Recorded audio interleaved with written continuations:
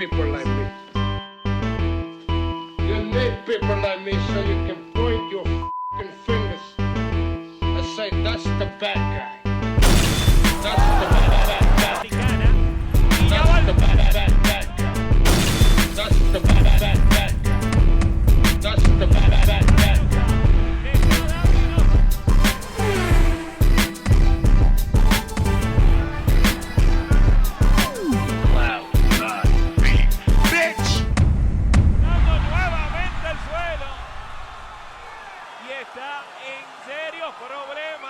De la noche, Stephanie Piñeiro.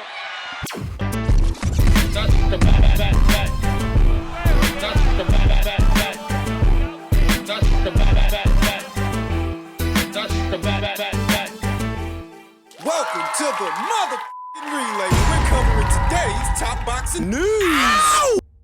Okay, we'll start with this. A second look at Stephanie Piñeiro's ring return September 12th on her island of Puerto Rico in Bayamón for the WBA interim title. Stephanie sports an unblemished record of 8 wins with no losses and no draws, 2 knockouts to Canada's own Marie-Pierre Hule, who sports a professional record of 11 wins with 1 loss, 2 draws, 3 knockouts, having never been knocked out in 14 professional bouts. More experienced than Stephanie Piñeiro, having been in there with better fighters than Stephanie Piñeiro has fought. Neither fighter has seen action in a while. Marie-Pierre Hule has not fought since November of last year, and Stephanie hasn't fought since December of last year. And thus both fighters returning in September of this one. They will have missed out on a large portion of this calendar year, and that doesn't leave them much time to schedule another fight before this year is out, that this may turn out to be the only fight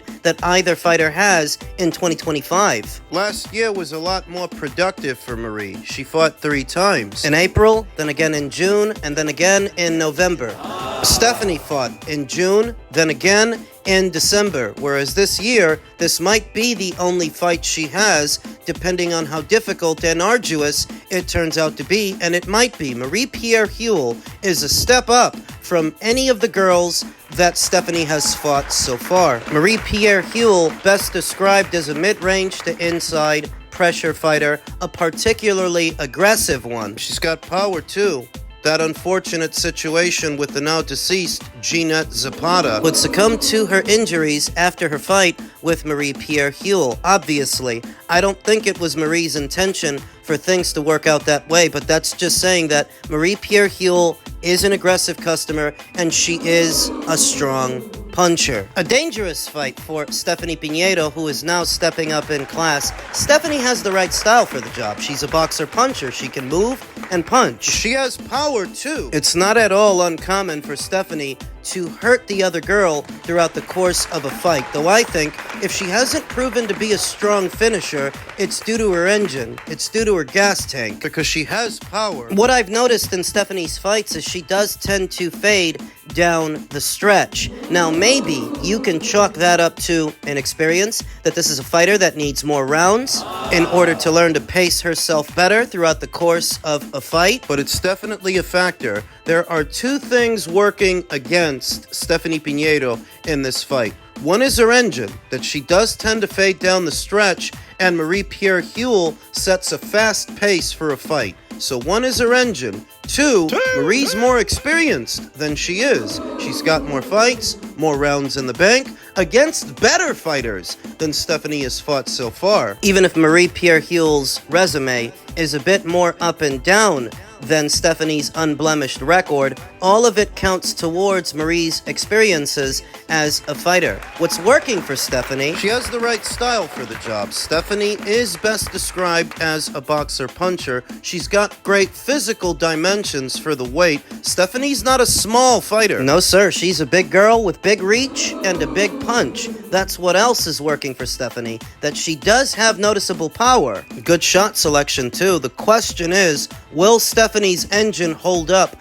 under pressure? Because a fighter like Marie is going to force her to fight and force her to respond, force her to move, force her to work. Preliminary thoughts.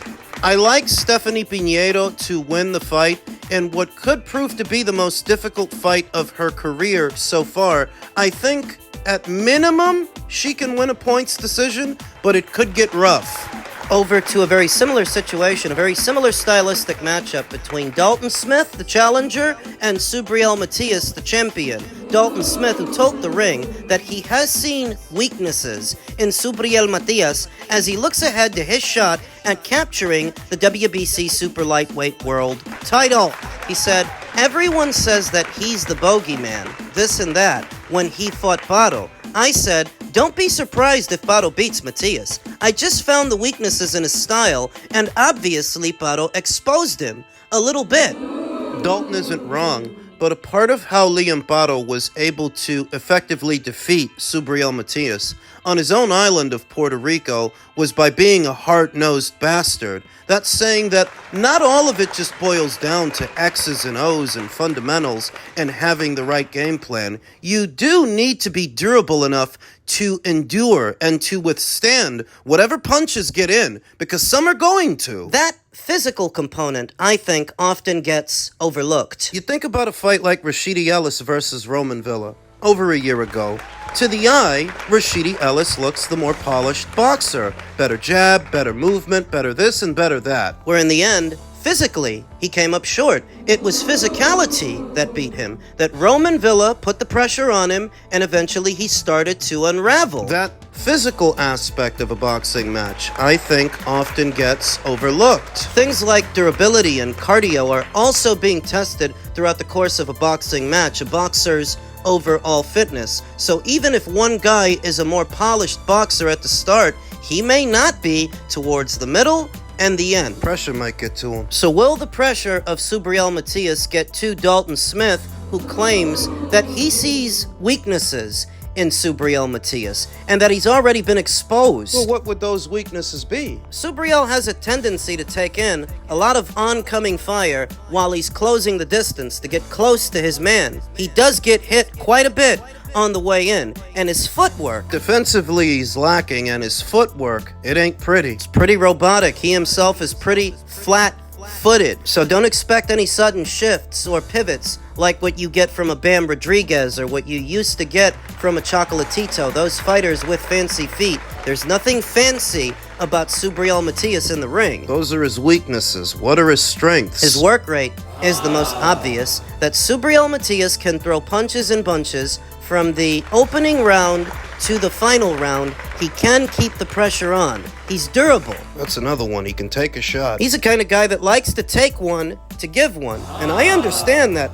That's the kind of thing that works up until it doesn't, but so far, it's worked for him. Is it going to keep working for him with Dalton Smith? Dalton can punch, and he's got the right style for the job, but physically, I don't know how durable he is. I don't know how well he's going to take the punches from Subriel Matias, and there are going to be a lot of them. And his punch, Dalton Smith can punch, but I don't know that he punches hard enough to get Subriel Matias' respect, to keep him off. And if he can't keep him off, you know what's going to happen. So this is supposed to be going down in November on the undercard of Benavidez versus Yard. But there seems to be trouble in paradise. Former champion Alberto Puello, who Subriel Matias just won the belt from. Alberto took to his social media and stated, I gave Matias the opportunity for the world title. I am convinced that I won the fight. Although the judges scored it differently, we have a rematch clause, but they are obstructing its execution. Who is? I remind Mauricio Suleiman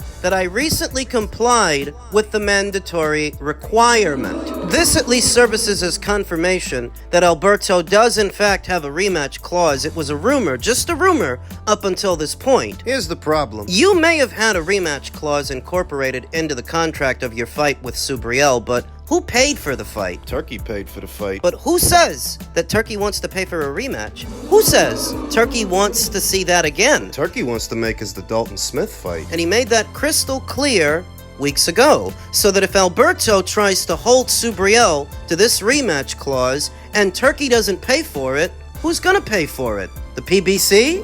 It's my understanding that there's going to be a complete blackout for the PBC, not only this month, but the next one too. They had a September 20th date penciled in for a PBC show that has now been scrapped. It's looking like they're not going to do any shows this month, and they're not going to do any next month. So that if Alberto tries to hold Subriel to this rematch clause, when is the rematch supposed to happen? And for the rematch, you're not going to make in that second fight what you made in the first, because the first fight was paid for by Turkey El Sheikh. Who's going to pay for the second one? I don't think the PBC has the money to pay for this. They can't afford to waste money on a fight like Matias versus Puello, which is all right for the hardcores, but has no casual appeal. It's not a moneymaker. And that's the problem, that you may have had a rematch clause incorporated into the contract, but it's not a guarantee that Turkey pays for it, and if he doesn't, who does? I don't want to see a rematch. I don't want Puello to have a belt. I don't care, and I'm not going to apologize for that. Go fight Gary Antoine Russell on your own side of the street. He's got a belt. Have a rematch with him. Get out of here. It's better if the World Boxing Council's title is held by an action fighter like a Subriel Matias than a cerebral one like Alberto Puello. And I don't want him to get a rematch. I want him to go away. Sure. I'd rather see Matias versus Smith than Matias versus Puello too. That's just being honest. But in a very general sense, as stated,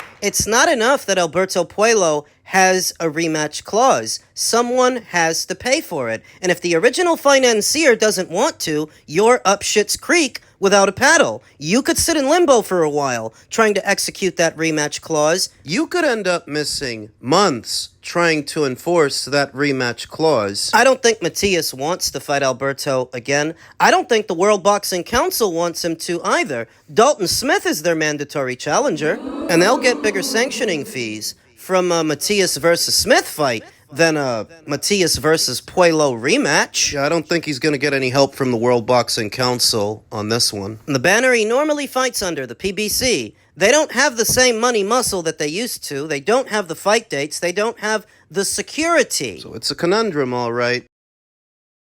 The fact that Conte is allowed to come back into the sport tells us why boxing is the wild fucking West. Conte's with Crawford, so if you don't trust Conte, why do you trust Crawford? Why are you calling it bullocks if you don't trust Conte and he's with Crawford? It's like literally having somebody who set houses on fire and is now in charge of the fire department. It's just like no one just does that type of 360. I don't trust Conte. I feel as if it's crazy ridiculous to have that man even back into the sport. So you don't trust Crawford because he's dealing with Conte? I did not say that. I trust Terence Crawford a lot. I just don't trust Victor Conte. I'm in agreement with Rico.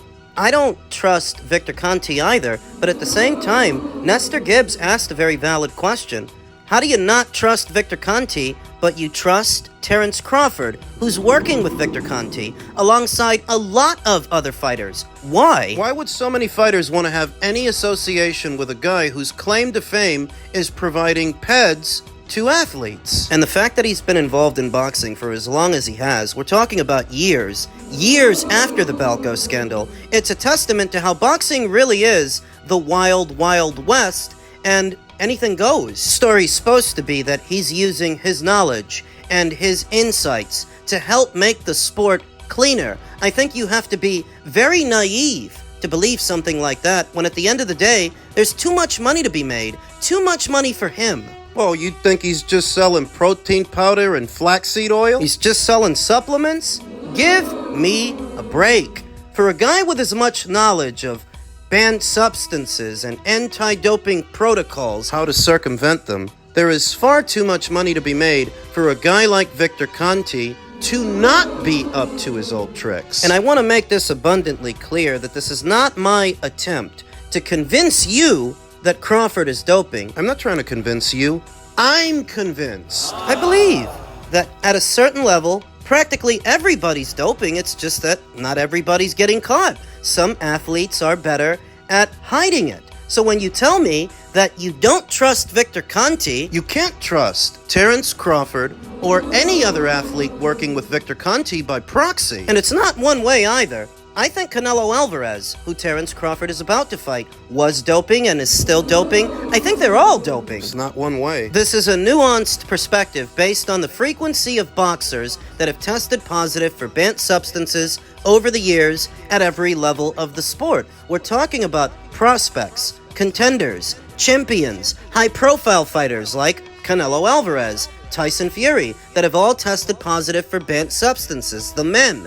The women: Heather Hardy, Hannah Gabriels, Alejandra Jimenez, Erica Cruz, Alicia Baumgartner. It would seem that as anti-doping protocols found normalcy in the sport of boxing, so did athletes getting busted. So did athletes getting caught. That the more testing there is, the more athletes you hear about. and thus just pigeonholing one athlete, like a Canelo Alvarez, because he's been busted before. Well, what about Terence Crawford? I know he never failed the test. I know that he never got busted before, but it doesn't help that he's working with Victor Conte, of all people. A guy with all the knowledge and know-how to not only tell you what to use, but how to beat the test. And it really doesn't help that Victor's in good with Vada and Margaret Goodman, who runs things over there. So how do you tell me that you don't trust Victor Conte, but you trust all the athletes that are working with him? What do you think they're working on? And a sketchy figure like Victor Conte is not even unique in the sport of boxing right now. For Victor Conte,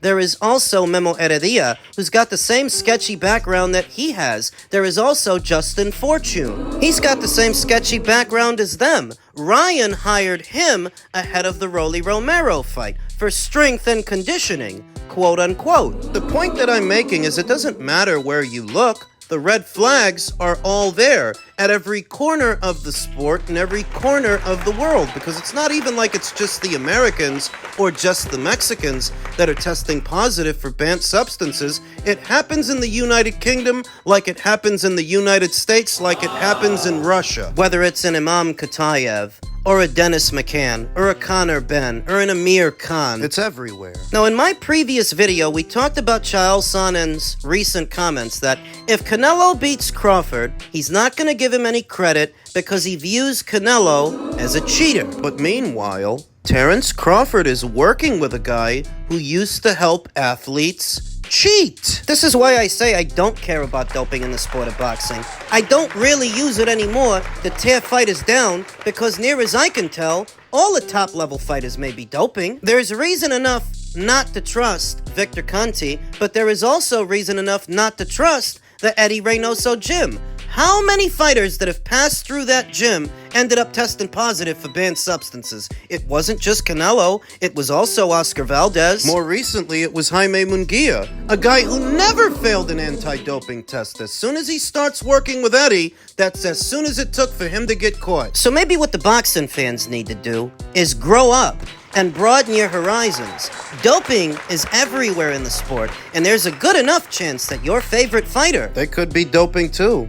I don't put nothing past nobody. And I don't have this childlike need to preserve a fighter's image because I like them. There's a lot of people that like Canelo Alvarez, but at the end of the day, he still got popped. There's a lot of people that like Terence Crawford, but he's still working with Victor Conte. I don't even hold that against him. Near as I can tell, it's an occupational hazard. This is what you take on when you compete at the highest levels of the sport.